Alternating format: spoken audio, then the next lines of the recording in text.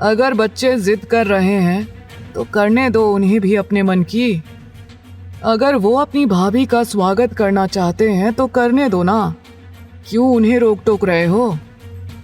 तब अरमान गुस्से से दादाजी की ओर मुड़ा और बोला, दादाजी, आपकी और मेरी शर्त सिर्फ और सिर्फ शादी तक ही थी।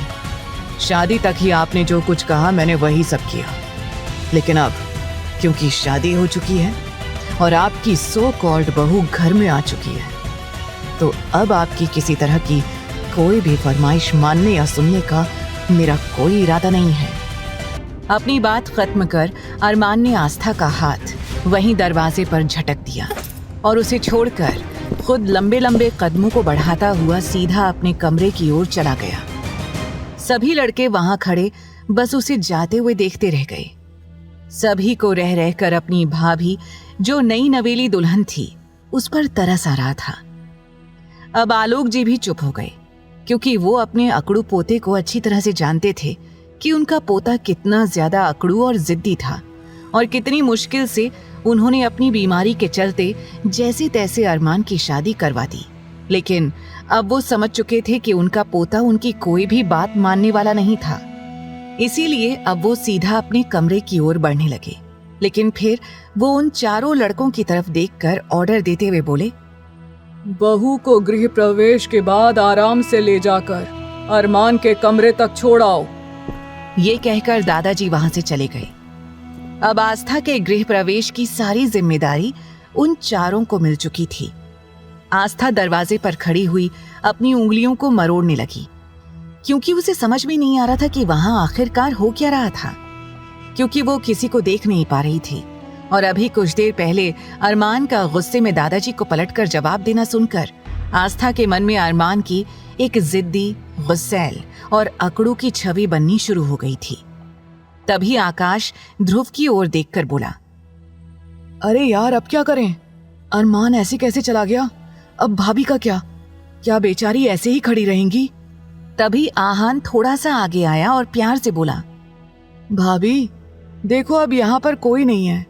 ना तो यहाँ आपका पति है और ना ही आपके दादा ससुर हैं, तो अब आप अपना ये लंबा सा घूंघट हटा सकती हो।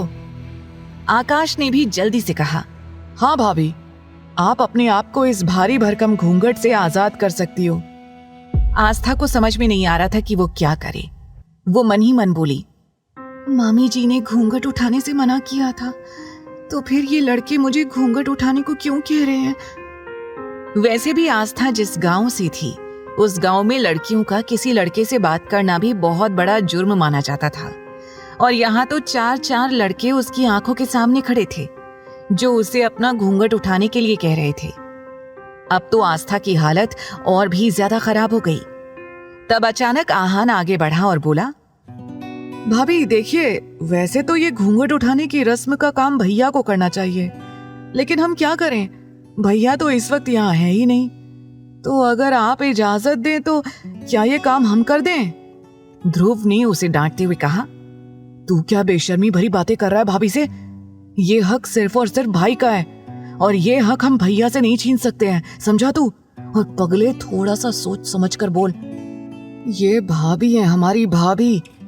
तू इस तरह से भाभी के बारे में बकवास नहीं कर सकता है। आहान उदास हो गया और बोला, यार तू भाभी के सामने मेरा कचरा क्यों कर रहा है?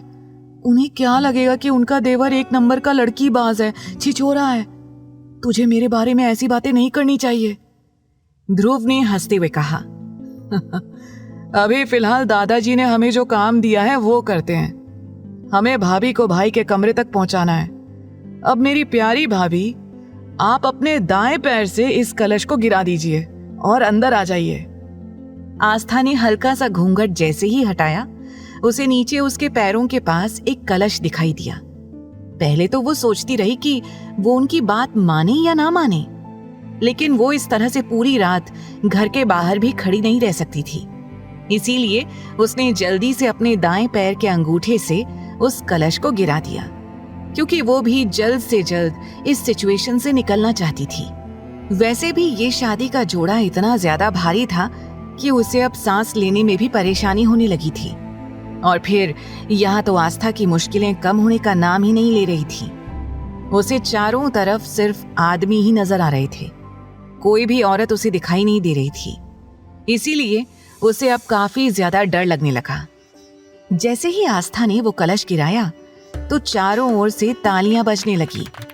ध्रुव सीटी मारते हुए बोला, वाह भाभी, आपने तो कमाल ही कर दिया।